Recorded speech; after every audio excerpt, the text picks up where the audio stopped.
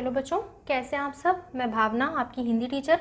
तो बच्चों, आज हम लोग करेंगे कक्षा 8 का लेक्चर नंबर 1 अध्याय 24वां, जिसका नाम क्या है, ताना रीरी। तो बच्चों शुरू करते हैं। इसमें क्या दिया हुआ है। प्रस्तुत पाठ में दो ऐसी लड़कियों के बारे में बताया गया है जो कि अपनी कला का दुनिया के सामने प्रदर्शन नहीं करना चाहती। इसी डर से वह मृत्यु को गले लगा लेती हैं। बादशाह अकबर का दरबार लगा हुआ था। अपने 9 रत्नों के साथ बादशाह बैठे हुए थे। तानसेन ध्रुव पद गा रहे थे। संजीदे संगत कर रहे थे।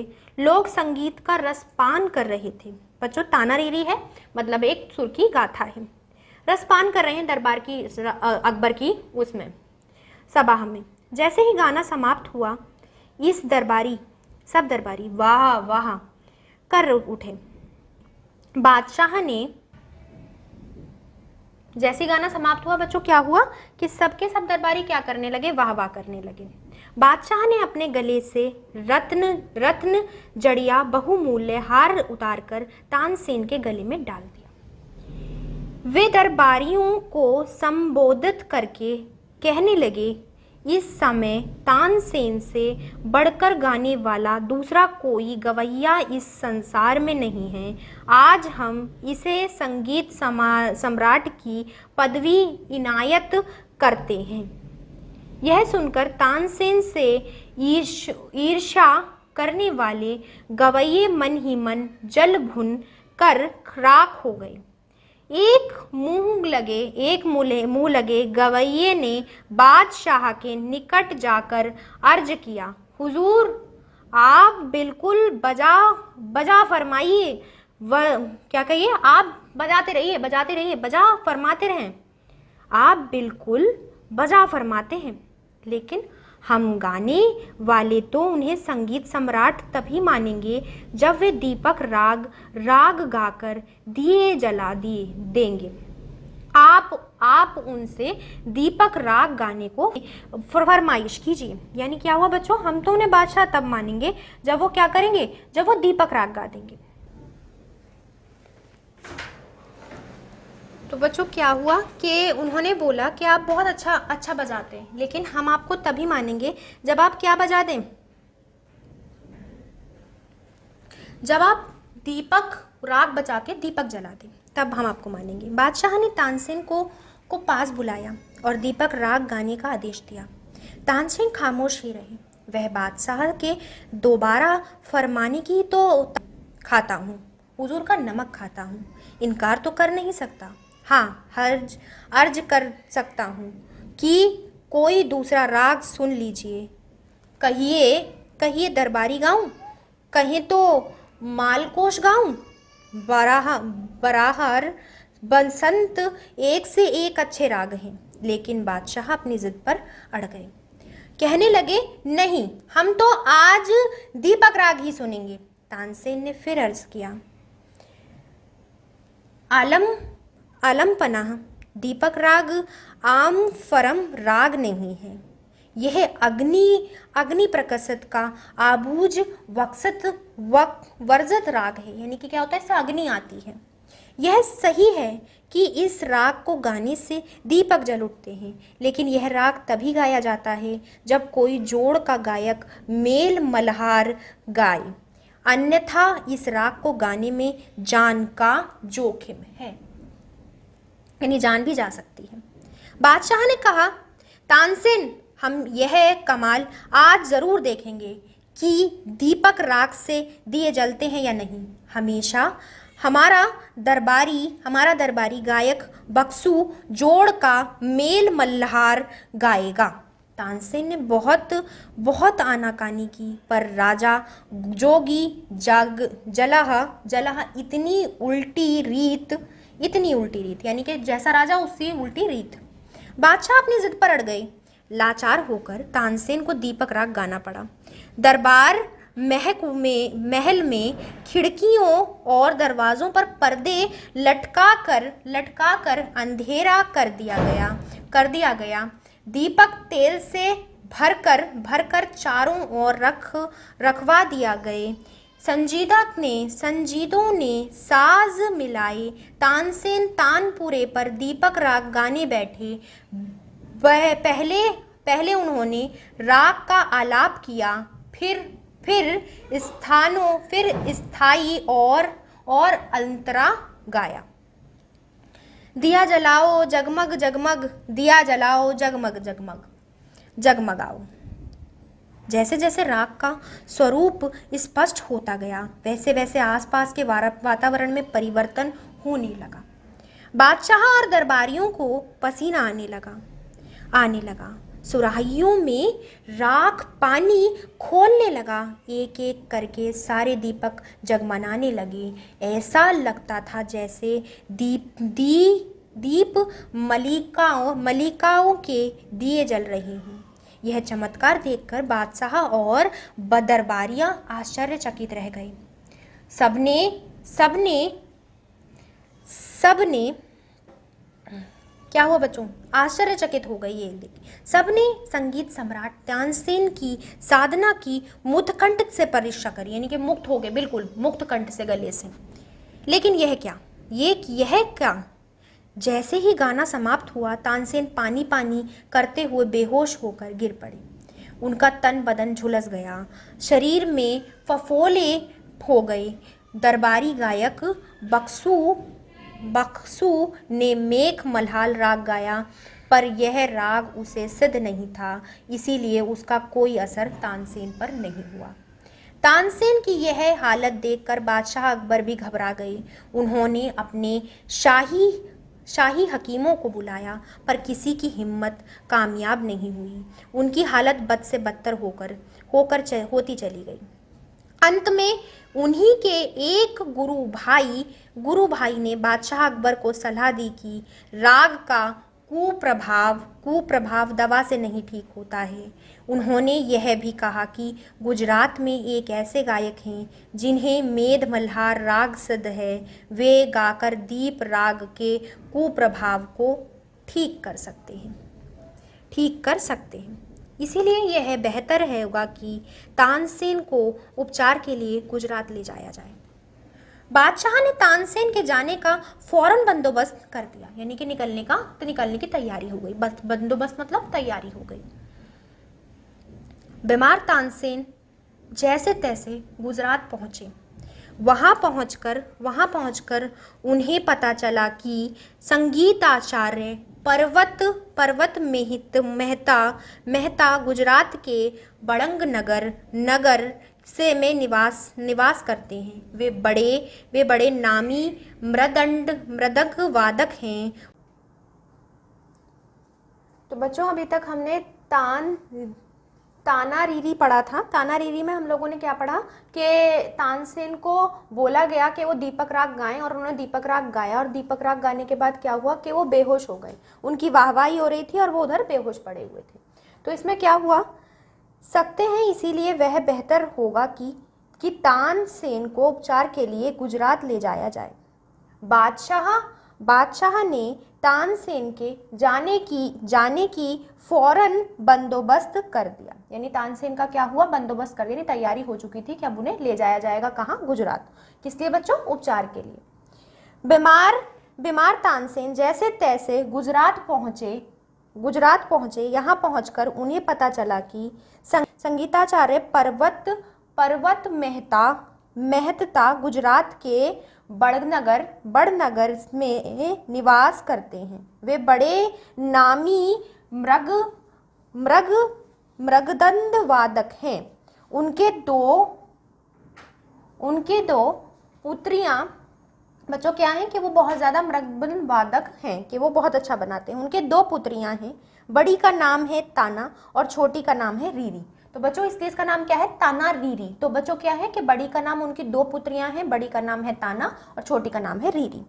दोनों गायक वादक तथा नृत्य संगीत के तीनों अंगों में प्रवीण हैं। तानसेन इसके द्वार पर पहुंचे। तानसेन क्या हुआ बच्चों, इनके द्वार पर पहुंचे। किस लिए पहुंचे? क्योंकि वो बीमार है।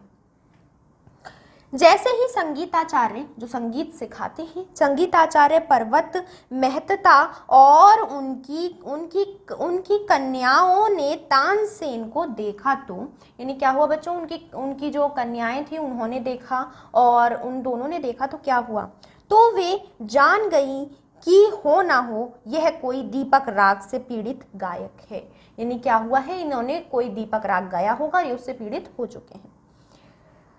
पखावच मिलाइए मिलाइए देर मत कीजिए, यानी क्या हो कि जल्दी जल्दी पखावच मिलाइए, देर मत कीजिए।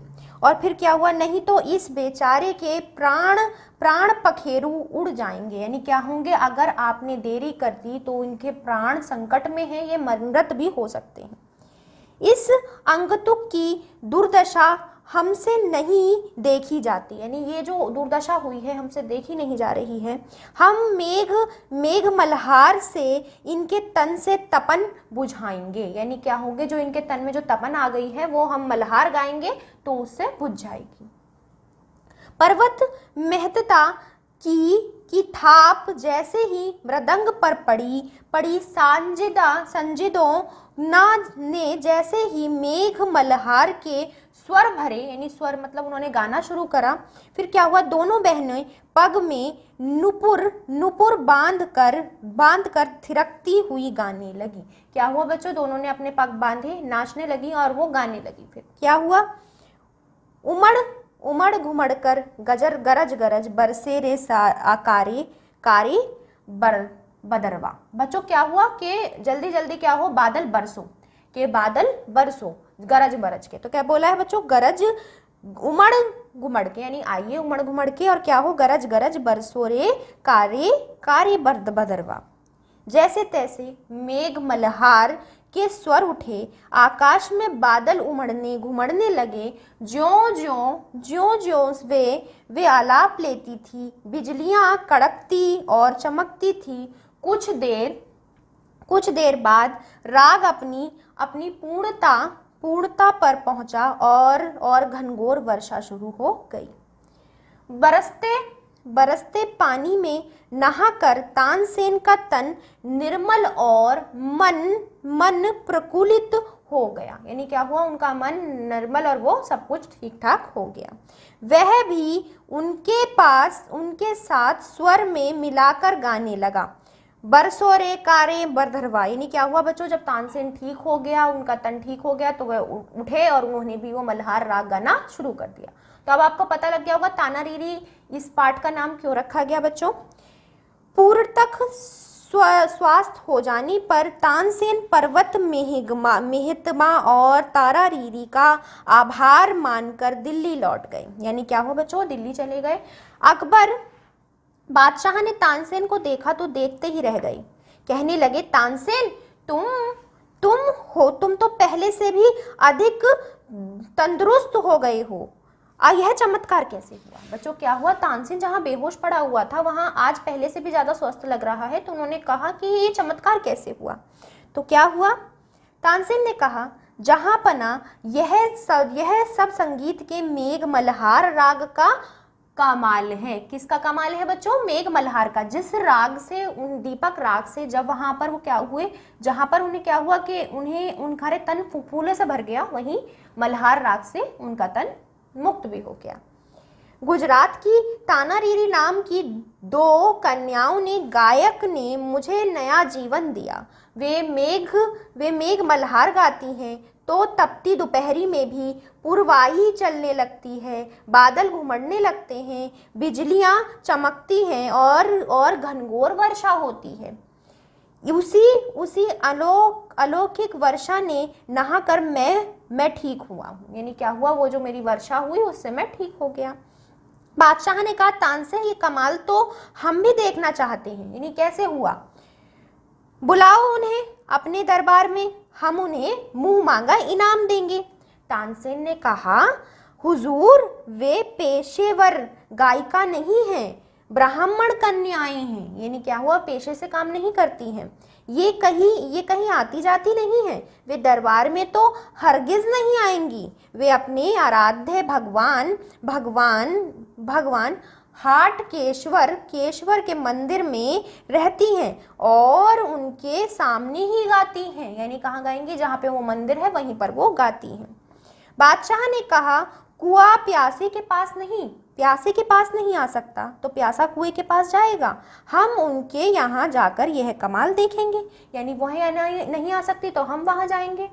बादशाह तानसेन को लेकर ठाट बाट से साथ गुजरात पहुंचे। पहले तो दोनों कन्याएं बादशाह के सामने गाने के लिए तैयार नहीं हुई, पर अंत में जब यह तय हुआ, क्या तय हुआ बच्चों, यह तय हुआ कि गायक नगर चौक में ना होकर नगर में से बाहर तालाब में होगा तथा एक नाव में बैठकर वे गाएंगी और दूर दूसरी नाव में बैठकर बादशाह और दरबारी सुन लेंगे, तो वे राजी हो गई, यानी वे मान गई कि ऐसा सही है कि एक नाव में बैठ के गाएंगे और दूसरे नाव में वो सुनेंगे। निश्चित दिन एवं निश्चित समय पर आयोजन हुआ। एक नाव में दोनों बहनें अपने पिता और संजीदा के साथ बैठीं, दूसरी नाव में बादशाह सलामत तानसेन और दरबारी बैठे। माध्याह्न का सूर्य तप रहा था, लेकिन जैसे ही दोनों बहनों ने स्वर भी तीक्ष्ण से घटाए, उठी बादलों से आकाश अंचलित हो गया और घनघोर वर्षा होने लगी। तो बच्चों उनके स्वर से वर्षा हुई। यह चमत्कार देखकर बादशाह अकबर और उनके दरबारी दंग रह गए, यानी ऐसा हो सकता है, यानी आश्चर्यचकित दंग रह गए। प्रसन्न होकर बादशाह ने अपनी नाव को तानारीरी की नाव के पास ले जाने का आदेश दिया कि इनकी नाव के पास लेकर जाओ। वे कन्याओं को शाबाशी और इनाम देना चाहते थे। बच्चों क्या कि आपने बहुत अच्छा किया, शाबाशी देना चाहते थे और क्या देना चाहते थे, इनाम देना चाहते थे। तारारीरी के दिन देखा कि बादशाह शर्त को भंग कर रहे हैं, इसीलिए जैसे ही नाव निकट आई तो दोनों बहनों ने कमर से अपनी अपनी कटार निकाली और कलेजे में भोंक कर स्वयं की जीवन लीला समाप्त कर दी। बच्चों बादशाह की गलती थी, क्या थी कि वो उन्हें शाबाशी देने गए और उन्होंने अपनी कटोरी निकाल के अपनी जान दे दी। बादशाह अकबर को बहुत आघात लगा। वे कहने लगे, हमारी बेटियों ने हमें गलत समझा। लगता है इन दोनों कन्याओं की खुदकुशी की याद में तानसेन ने ध्रुवबद्ध गायक के प्रारंभ में तारारीरी का नाम लेकर आलाप करने की प्रार्थना चलाई। वे आज तक प्रचलित है। क्या है बच्चों, आज तक प्रचलित है। कौन सी, तानारीरी नाम लेकर एक आलाप चलाया। हर एक गायक ध्रुवबद्ध के प्रारंभ में ता ना ना री री री करके आलाप भरता है। तो बच्चों ये पाठ आपका खत्म होता है। आप शब्दार्थ और इसका अभ्यास कार्य स्वयं से देखेंगे। हम मिलते हैं बच्चों अगले पाठ में, तब तक के लिए बाय बाय, टेक केयर।